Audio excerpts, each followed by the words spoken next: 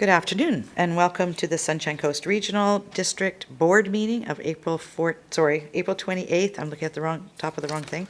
April 28th, 2022. And I'd like to acknowledge that we are within the territory of the Seychelles and Squamish Nations.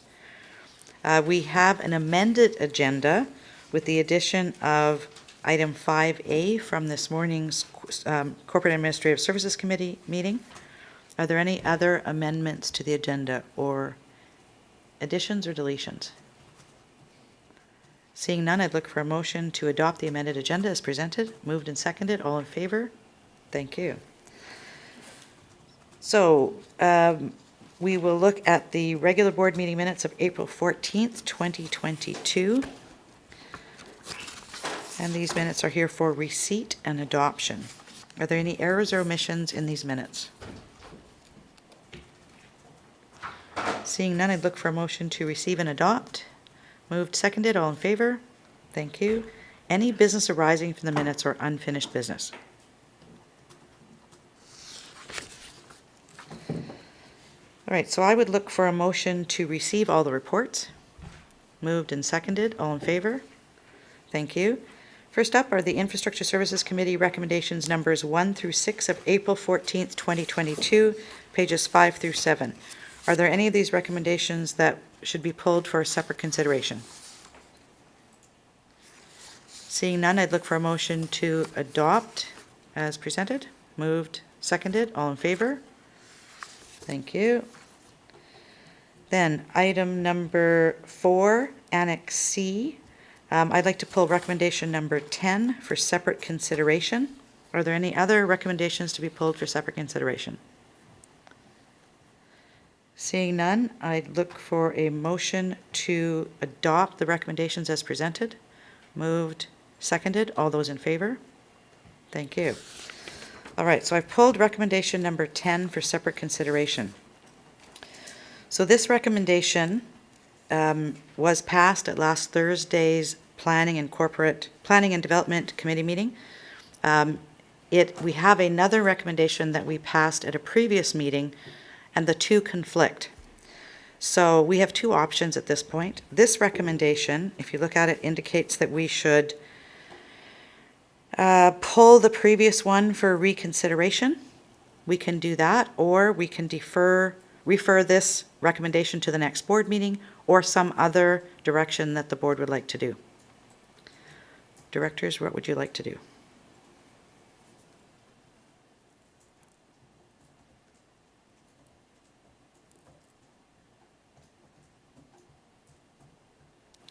Anyone? Yeah, rural directors. There'll be rural directors.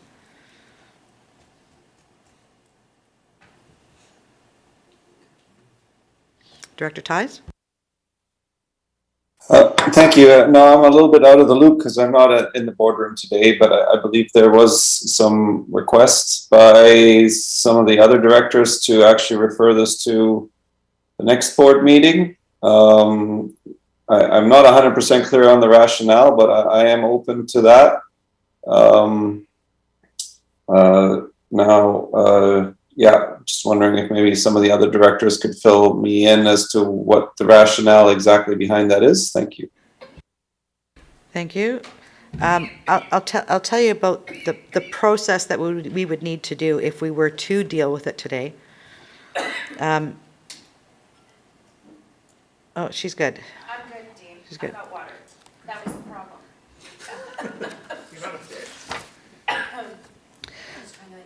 So the first recommendation was from the March 17th meeting, Planning and Development meeting, and it actually has gone to the board already and been adopted by the board.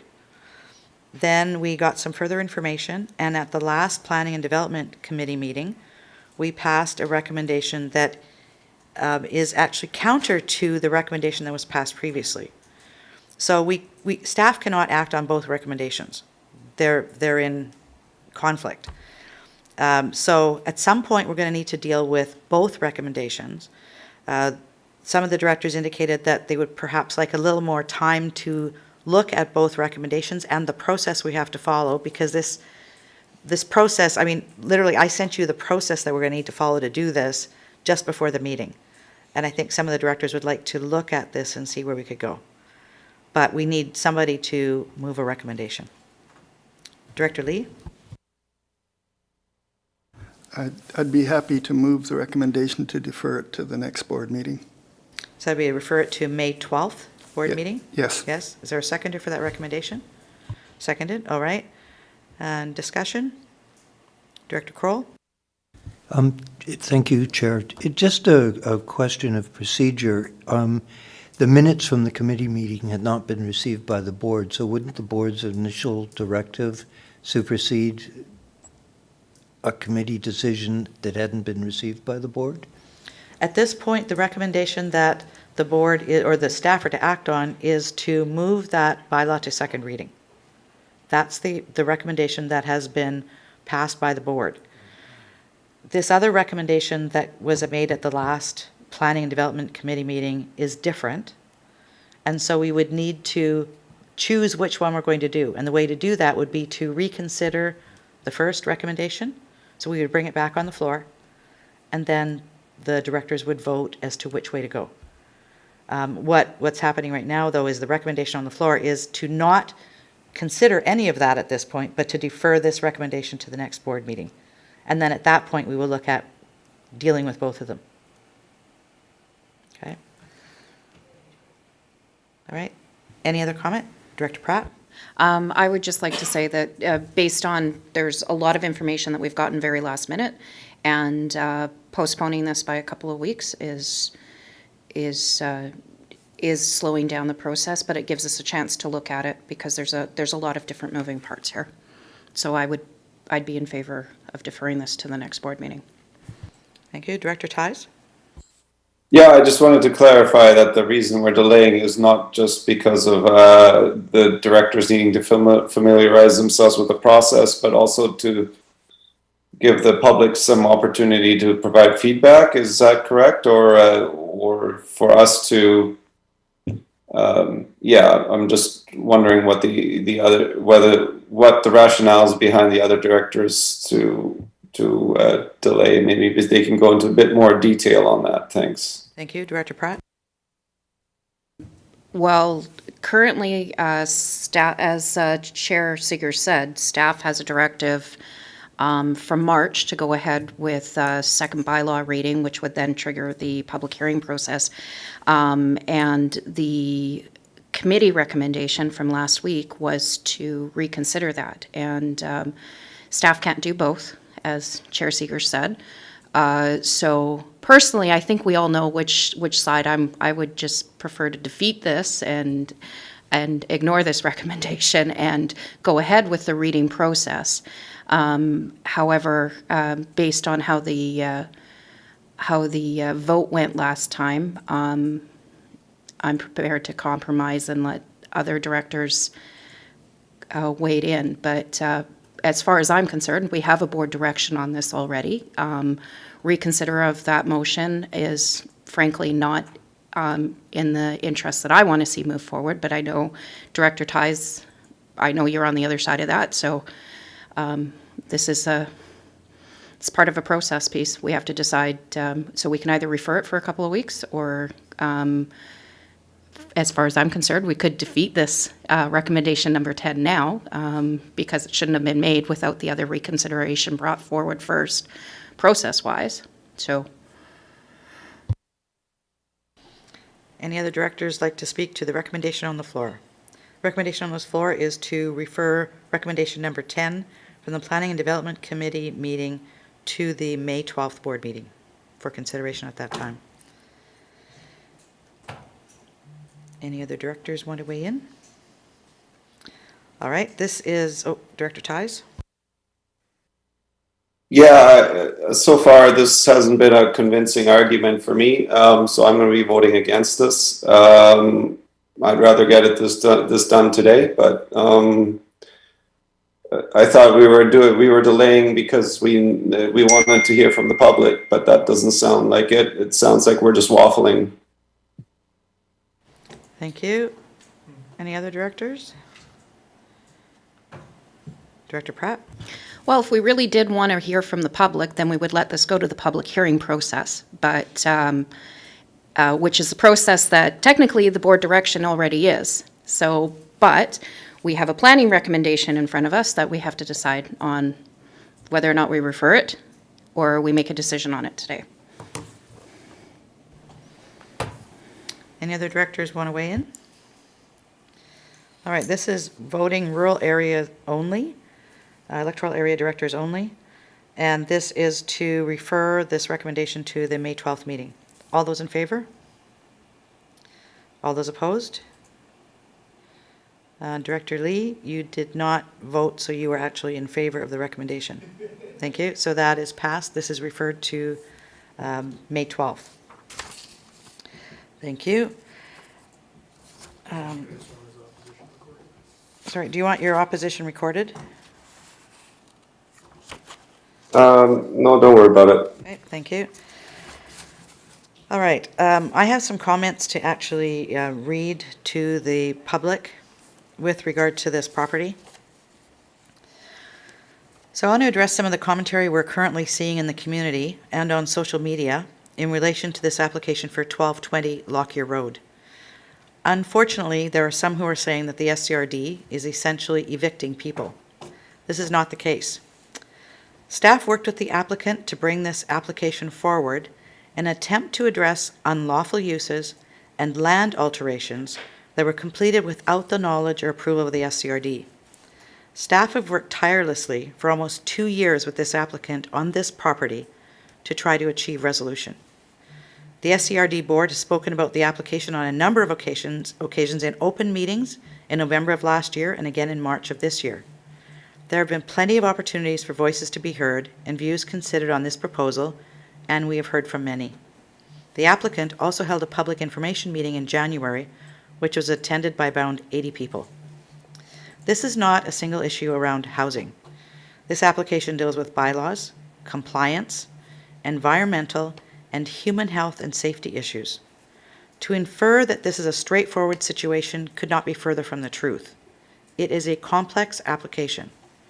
In order to move forward, the applicant would need to satisfy 9 proposed conditions of an official community plan amendment, particularly to address the environmental and human health and safety issues. These too deal with people's lives.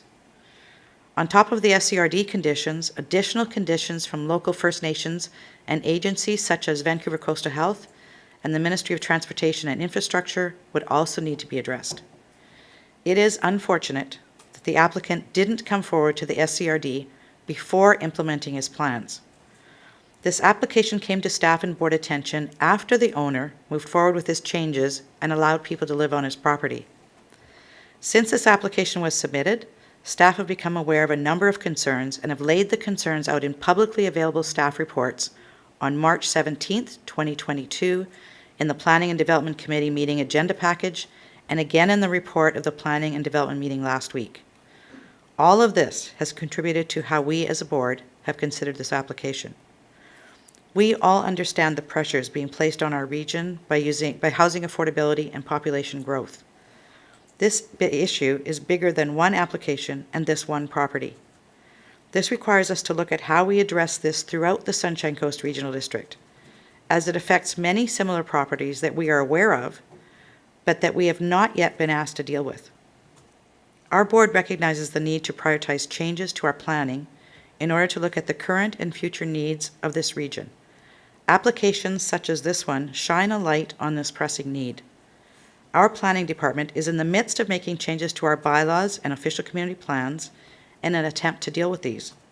And residents will hear more about these changes in the coming months, in fact, in the next few weeks. So thank you for your time in listening to that. Moving on to item number 5, Community Services Committee recommendations number 1 through 6 of April 21st, Annex D, pages 12 through 13. Would anyone like to pull any of these recommendations for separate consideration? Seeing none, I'd look for a motion to adopt as presented. Moved, seconded, all in favor? Thank you. We have item 5A. This was the late item added. Corporate and Administrative Services Committee recommendations numbers 1 through 2 of April 28th, 2022, pages 13A and 13B. And before we pass these recommendations or adopt these recommendations, in recommendation number 2 on page 13B, the second bullet should read Electoral Area Services Committee instead of Committee of the Whole. We are changing the Electoral Area Services Committee to not be just the rural directors, it's all SCRD directors. So that bullet needs to be changed. Would anyone like to pull any of these for separate consideration? If not, I'd look for a motion to adopt as amended. Moved, seconded, all in favor? Thank you. Then we have the Cio Monthly Report. Mr. McKinley. Thank you, Chair. Directors, busy month last month with, with many of you, the resumption of actual human live in-person conferences. Attended 3. One was the Chair CAO Forum. There was LGLA in Richmond and the AVIC Forum in Victoria. It was really nice to get out amongst actual humans again. Within the office of the CAO, Christine and Yvette are doing an outstanding job in getting their feet underneath them and getting greater clarity on who does what, the division of responsibilities and where everyone's going to be focused, including developing what we believe will be a far more responsive, trackable ticketing correspondence system to track the many inquiries that flow through the office of the CAO, which is great. Just last Friday, I had the opportunity to sit down with the board to go back through the board strategic plan review. There will be a report to follow shortly on a committee of the whole meeting, not to be confused with CAS. And we're doing a lot of prep for the National Occupational Safety and Health events next week, NAOSH. And I'm continuing my my weekly calls with the other CAOs, hoping on hearing the good news that it sounds like there's a new CAO coming at Shechelle that we're hoping to get to meet soon. And just would like to thank the board and senior leadership team for their participation in the CAO performance review. That process is nearing completion, and I genuinely appreciate everyone's time and consideration, and it's a valuable process, and I just wanted to say thank you. That's my update. Thank you. Any questions for our CAO?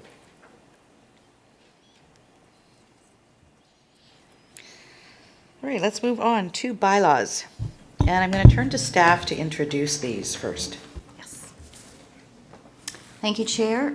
So the next 3 bylaws coming forward to the board are coming to you as a result of board direction to staff to amend our ticketing bylaws in order to create a new offense for land alteration without an approved development permit. And further, the board also directed staff to increase those maximum fines to $500 and $1,000 per occurrence for each ticketable offense. So we have made the amendments to create a new offense in the Planning and Development Procedures bylaw associated with the complementary amendments to the ticketing bylaws. And once these bylaws are adopted, we will have the ability to actually ticket on land alteration offenses. Thank you. Directors, any questions before we actually get into the bylaws? Director Pratt. Just, yay! Sorry. It's something. I know it's as much as we can. Sorry. Wow. I'm gonna cry over land. I know it's as much as we can do at this point, but it's. I know it's something of a step forward, and I know my community is going to be very happy to at least see this forward. As I think about the emails and the photos and the angst I hear. So thank you so much to staff for taking this step and helping move this forward. Thank you. Director McMahon? Yeah, so our bylaw procedure that currently has the 3 letters, is that a different bylaw? Thank you for the question. That is actually the bylaw enforcement policy, which is currently under review, was part of the same recommendation, and that policy will be coming forward. But the bylaws were done, and we thought the board would want to see those sooner, so we did bring the bylaws ahead of the policy. Thank you, directors. Any other questions? All right, so let's move into these bylaws. So we're going to look at number 7, Annex E, pages 14 through 16. This is Planning and Development Procedures and Fees Amendment Bylaw number 522.17, 2022. This is here for first, second, and third reading. And voting is participants' weighted vote, A2, B2, D2, E2, F2, Seashell 6, Gibson's 3, SIGD 1. So this is Sunshine Coast Regional District Bylaw number 522.17, a bylaw to amend planning and development procedures and fees bylaw number 522, 2003, and I'd look for someone to move first reading. Moved and seconded. All in favor? Thank you. Then we are looking at Sunshine Coast Regional District Bylaw number 522.17, a bylaw to amend planning and development procedures and fees bylaw number 522, 2003 for second reading. Moved and seconded. All in favor? Thank you. Sunshine Coast Regional District Bylaw number 522.17, a bylaw to amend planning and development procedures and fees bylaw number 522, 2003 for third reading. Moved and seconded. All in favor? Thank you. Moving on to number 8, Annex F, pages 17 through 22. This is Sunshine Coast Regional District Municipal Ticket Information System Amendment Bylaw, number 558.9, 2002. Should be a longer name, right? This is here for first, second, and third reading. This is voting all directors, 1 vote each. So Sunshine Coast Regional District Bylaw number 558.9, a bylaw to amend Sunshine Coast Regional District Municipal Ticket Information System Bylaw number 558, 2006, and someone to move first reading. Moved and seconded. All in favor? Thank you. Sunshine Coast Regional District Bylaw number 558.9, a bylaw to amend Sunshine Coast Regional District Municipal Ticket Information System Bylaw number 558, 2006 for second reading. Moved, seconded. All in favor? Thank you. Sunshine Coast Regional District Bylaw number 558.9, a bylaw to amend Sunshine Coast Regional District Municipal Ticket Information System Bylaw number 558, 2006 for third reading. Moved, seconded, yep, all in favor. I'll do second, nobody else is going to do it. Perfect, that's third reading. So moving on to the next one, it's item number 9. Sorry, let me get to the right page. Item number 9, Annex G. This is Sunshine Coast Regional District Bylaw Notice Enforcement Amendment Bylaw number 638.10, 2022, and this is here for first, second, and third reading. So, and voting all directors, 1 vote each. So Sunshine Coast Regional District Bylaw number 638.10, a bylaw to amend Sunshine Coast Regional District Bylaw Notice Enforcement Bylaw number 638, and someone to move first reading. Moved. Seconded. All in favor? Thank you. Sunshine Coast Regional District Bylaw number 638.10, a bylaw to amend Sunshine Coast Regional District Bylaw Notice Enforcement Bylaw number 638, and this is for second reading. Moved. Seconded. All in favor? Thank you. And finally for third reading, Sunshine Coast Regional District Bylaw number 638.10, a bylaw to amend Sunshine Coast Regional District Bylaw Notice Enforcement Bylaw number 638. And someone to move third reading. Moved and seconded. All in favor? Thank you. Thank you. Those are all our bylaws. So next up we have directors' reports. Which end of the table should I start? Or should I start in the middle of the table? Maybe go to the ends. How's that? You're in the middle. So I'm in the middle? You want me to go first? Okay, I can go first. Sure, I can go first. Okay. So what have I been up to? Sunshine Coast Leaders Meeting, those have started up again, and we're looking to do monthly, and sometimes we're actually doing them in person. Ended up being in my office in the District of Seashell. We don't have much meeting space there, as you probably know, so we ended up in my office. There were 6 of us in my office. It was cozy, but it was really good to see everybody and find out what was happening in every organization. Rotary Volunteer Fair.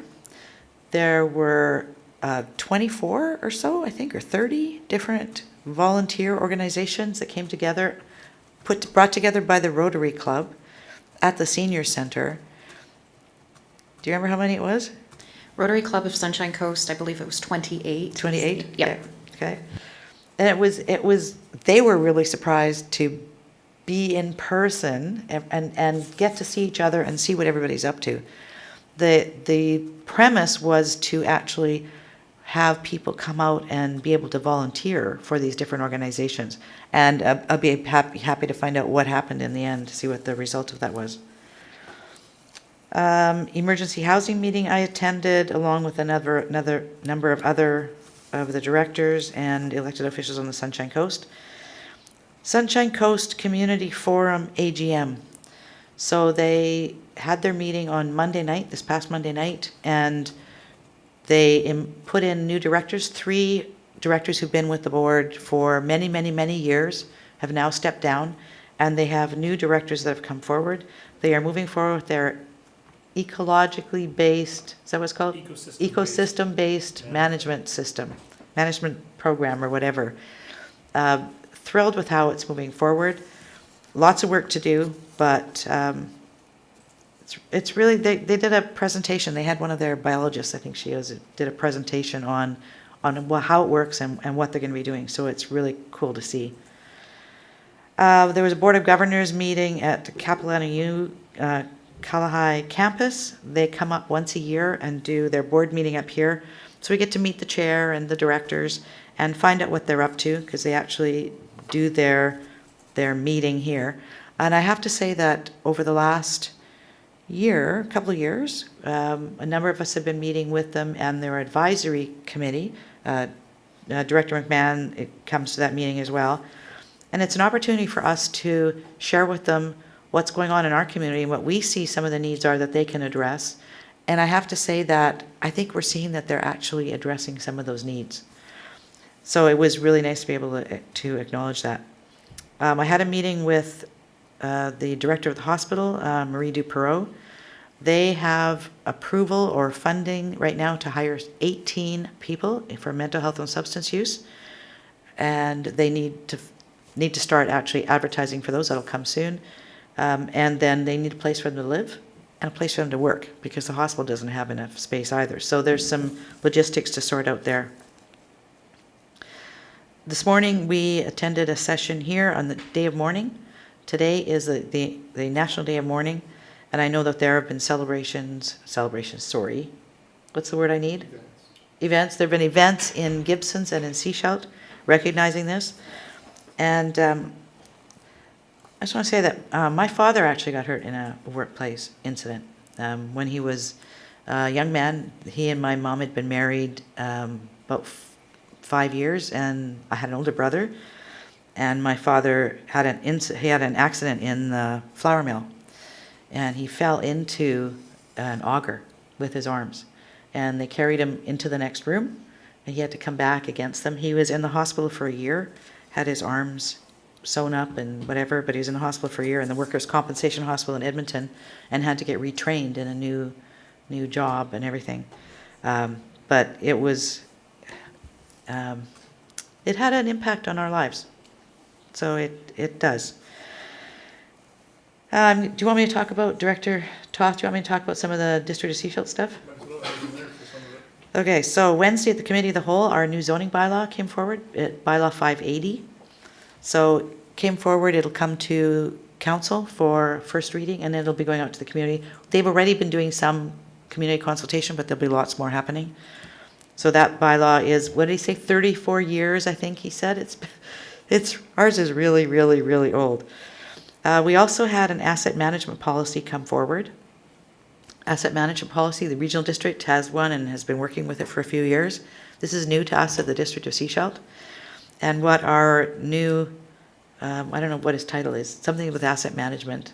He's an asset management person.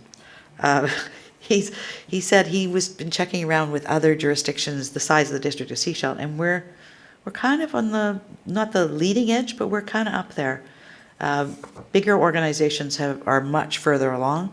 The smaller organizations are kind of coming up behind, so it's good to see. May is Childcare Month, and I want to announce that the District of Cio was successful in our grant application for a daycare, for funding for a daycare.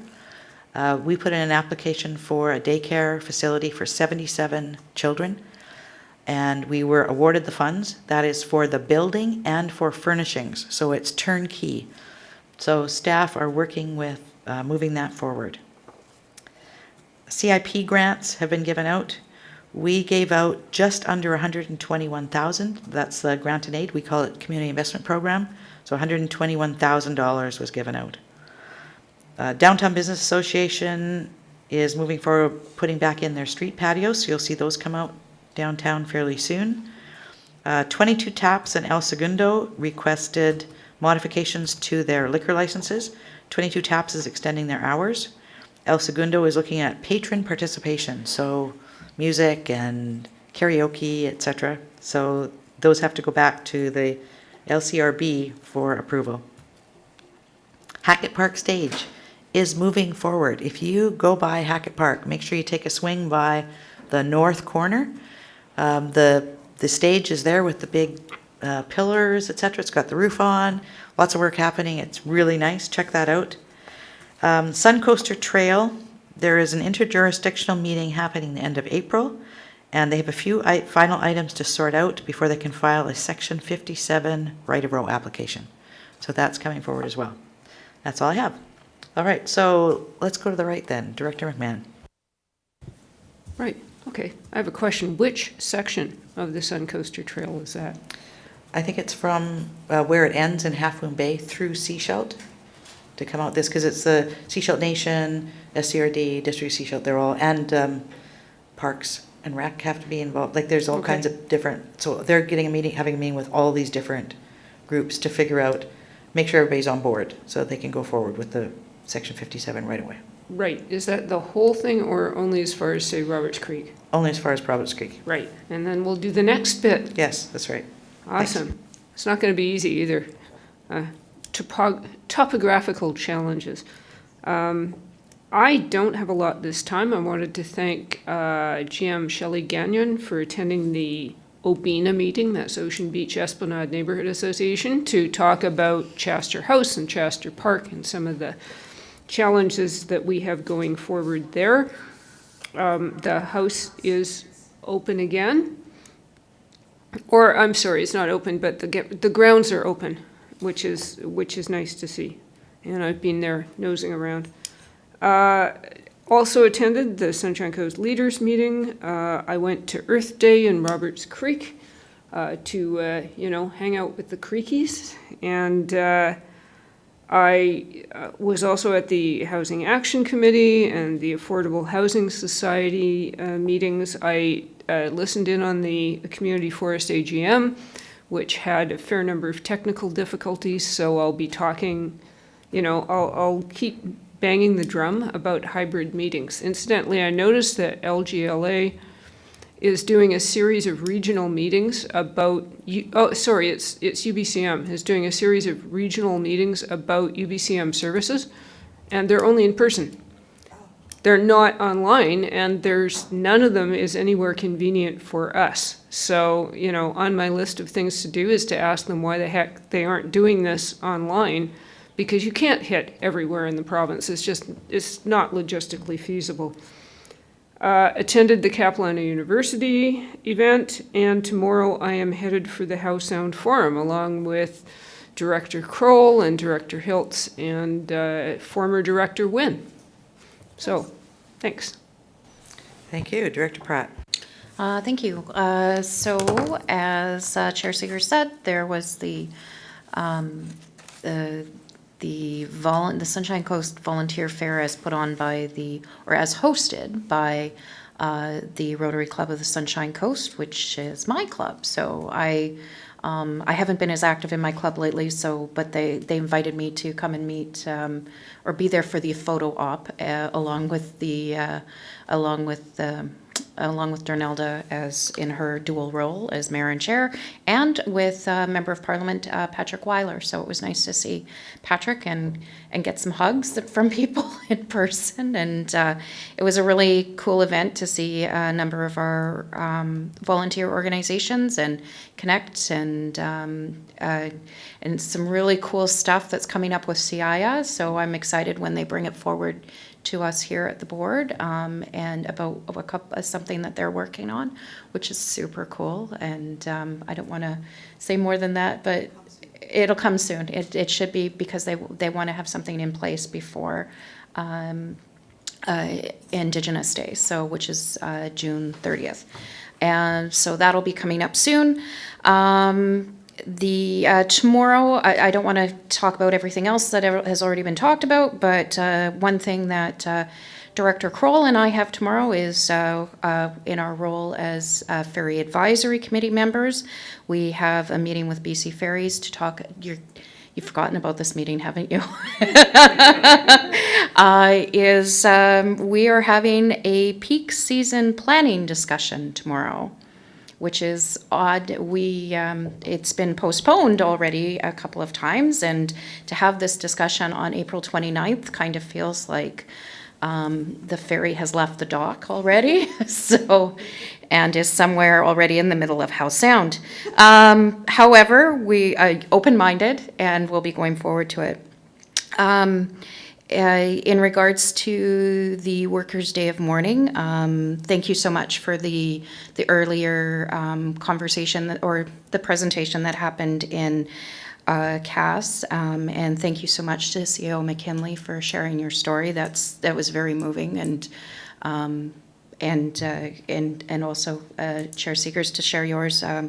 It's interesting. I have in reflection of everything. I realize, we all have these stories. If it's not ourselves being injured at work, of our family members, and I think about my father-in-law, almost died twice as a truck driver. He actually had his leg severed, almost fully severed, but they reattached it, and and then kept on going till the next accident, and then kept on going after that. He's passed a couple of years ago now, but my one of my favorite uncles passed away in the fall, and he had multiple cancers for a number of years, but he worked in the there's no, reflecting back, and of course we're not, you never know but he was a fertilizer, heavy into fertilizers and farming and everything, and that's what he did for years and years. And then to have all of these cancers come on later on in life, you never know the correlation, but at the same time, it really gives you a moment to just sit back as Rodney said, or Randy, sorry, I've forgotten her name, as she said that, the asbestos and, you think about all of these things that we deal with in day to day within our work, and how you never realize how they may affect us later in life. And I think it's really important that, that is part of the Workers' Day of Mourning. It's not only those immediate accidents that happen, it is our day-to-day exposure to harmful substances and environmental issues, and we all need to be very aware of that. So thank you everyone for all of your shares today, and it's a day to reflect. Thank you. Thank you. Director Lee. Thank you, Chair. I'm going to keep it short, I hope. This Saturday is April Tools, and it's up at Madeira Park, Government Dock. The Rotary is going to have barbecue, so if you're looking for lunch, you should drop in. It's a very important event, so Nicholas Simons is going to drop in as well. So I tried to talk him into a marshal, but he had some more stuff to do further down the coast, so he's going to drop in for lunch. Tonight, there's a subdivision proposal, and there's a public information meeting at Sarah Hall at 7 o'clock. If you get a chance, drop in and have a look at Sarah Hall, but it's a pretty far distance for all you guys. Probably never make it up that far.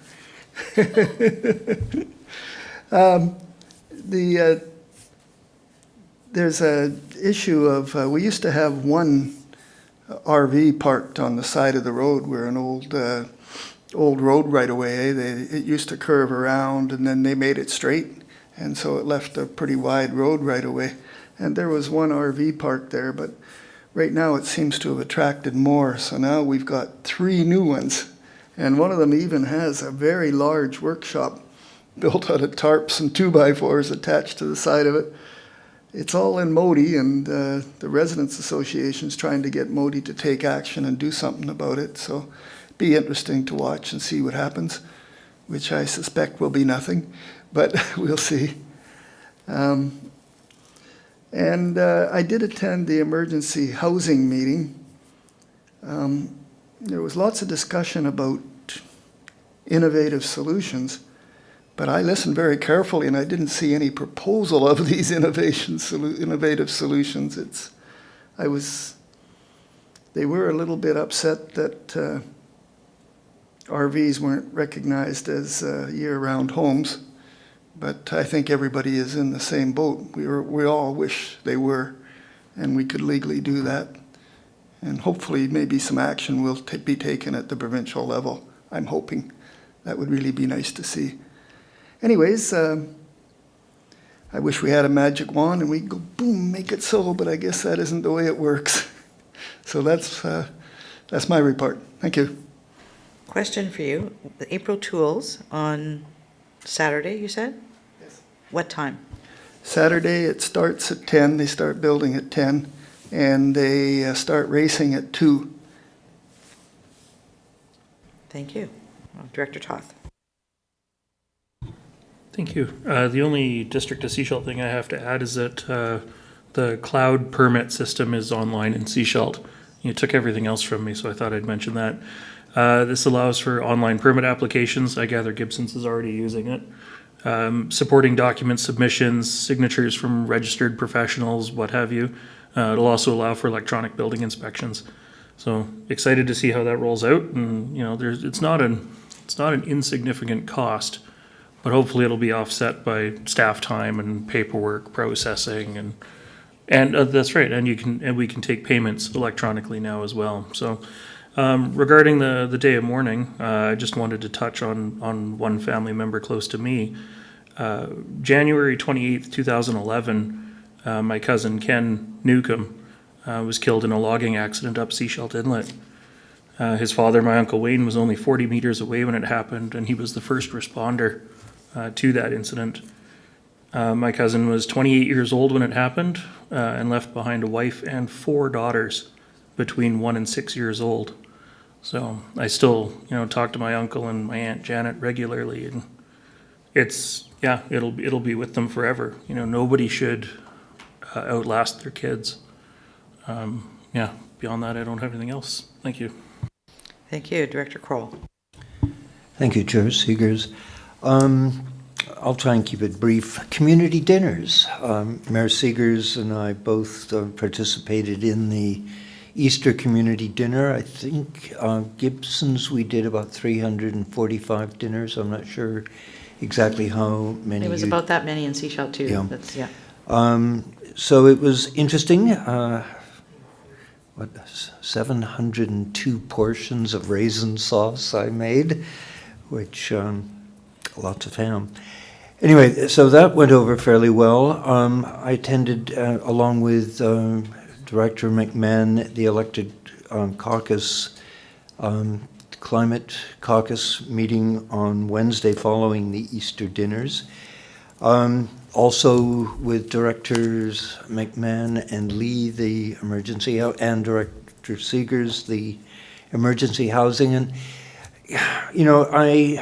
it's a bit frustrating because you realize however good the intention is, the process is so unbelievably painfully slow. This committee it was incorporated 18 months ago, roughly. And I don't know that we've made a huge dent in the housing crisis. There's some projects online, but not a lot of shovels in the ground. And it's the vulnerable people that seem to be, that are suffering through all this. If you've got $3.5 million, no problem buying a house. But, if you're working 3 jobs and paying $2,200 a month rent and your landlord has just sold the house and the new owner wants vacant possession, you're in a horrible situation. There are not a lot of options. So, it really is going to need some very serious brainstorming and collaboration on multi-levels to deal with this. I will mention there was a very interesting item on CBC News the other evening on the Vancouver Special, which was a house designed to meet the housing crisis in the 60s. They're currently banned to be built in Vancouver because nobody likes the boring little boxes, but they worked. They provided housing and met all sorts of needs, and there's now an elite group who are renovating these homes, and there's actually architectural tours of renovated Vancouver Specials. So, you know, not so bad. Gibson's, we had the unveiling of the boards for the Holland Land redevelopment. So that's open for public engagement till the end of May, I believe it is. We had an interesting meeting. Noise from infrastructure. We had some residents very concerned about Well 6 and the infrastructure required to support it. So we've had 2 meetings now with the residents, one on site where the infrastructure is going to be installed, and the other meeting was with the residents at one of our other facilities so they could actually physically monitor what sort of noise. And it's an interesting process. We're trying to engage more with the public to get that sort of feedback and engagement. It's currently the 5th anniversary of the Gibson's public market. And to that end, there was a group of us made 54 liters of chili for an event they had last night. So there was vegetarian and beef chili for those who are into chili with cornbread, and trivia. Sounds perfect, trivia and chili. Again, the National Day of Mourning. I attended on behalf of Mayor Beamish, the event in Gibson's today, and I took the opportunity to make a wreath for, traditionally it's just sort of bouquets of flowers and things like that that are laid on the monument at Dougal Park, but I decided to make a wreath. And during that process, it was sort of interesting to reflect on people I know that have been lost in the workplace,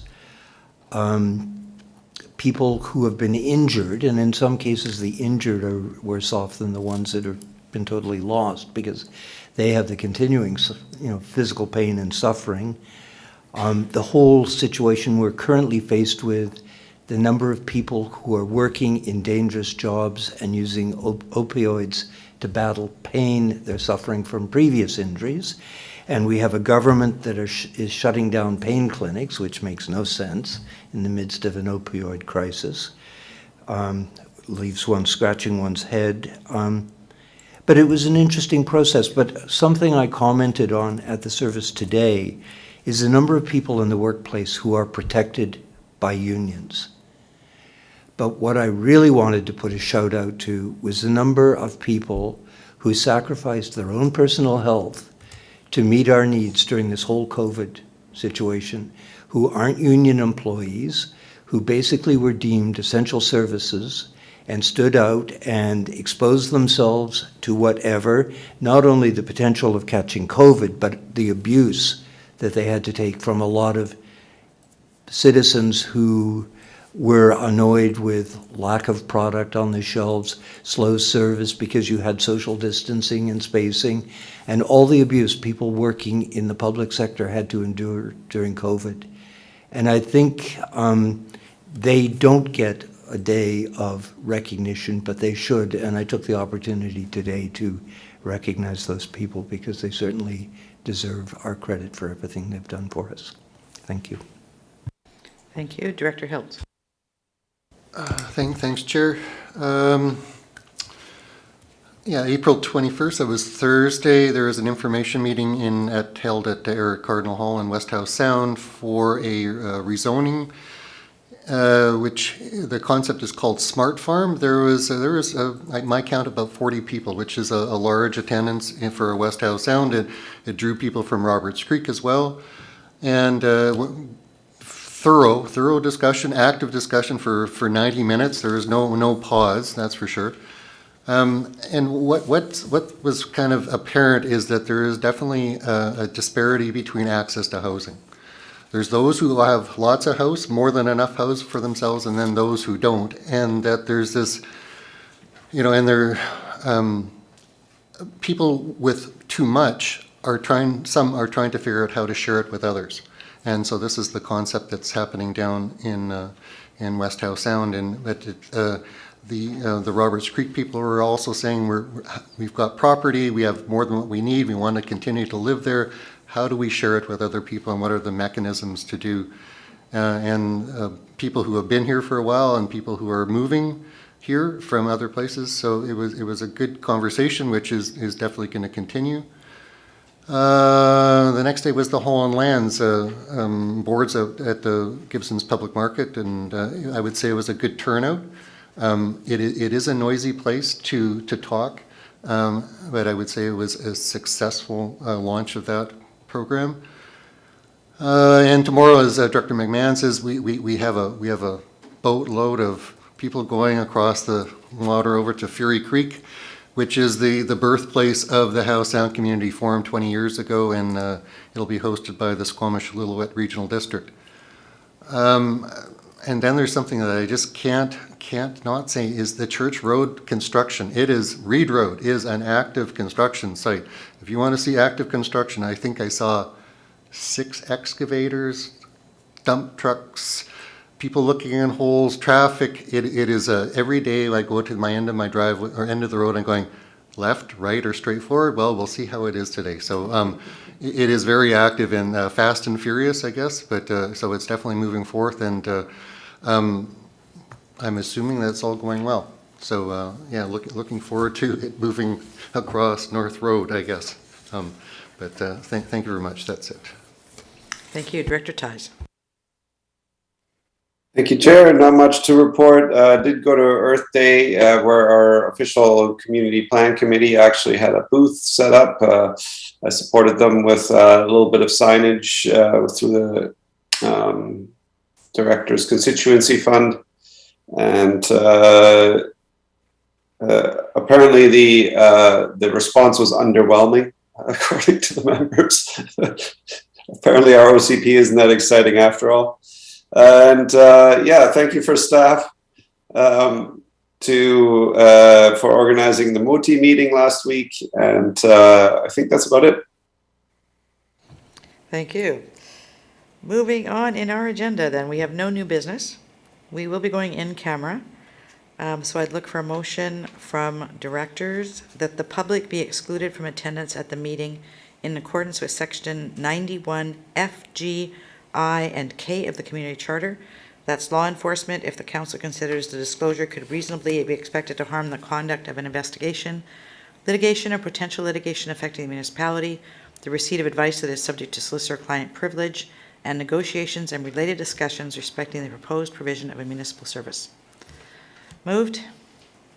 Seconded? All in favor? Thank you. And we have nobody in the gallery. Did we have any questions come forward during the board meeting? I don't see any. All right. IT, we will let you lock the meeting.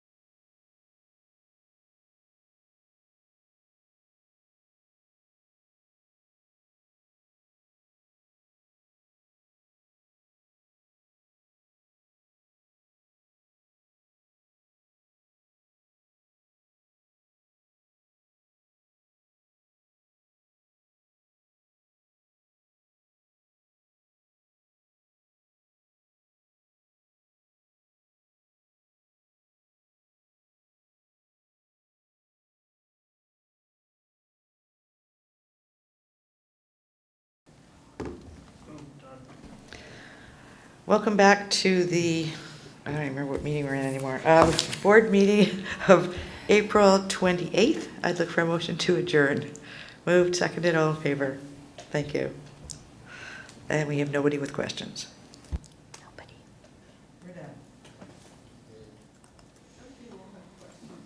Nobody showed up. Nobody showed up. After. Hi, everyone.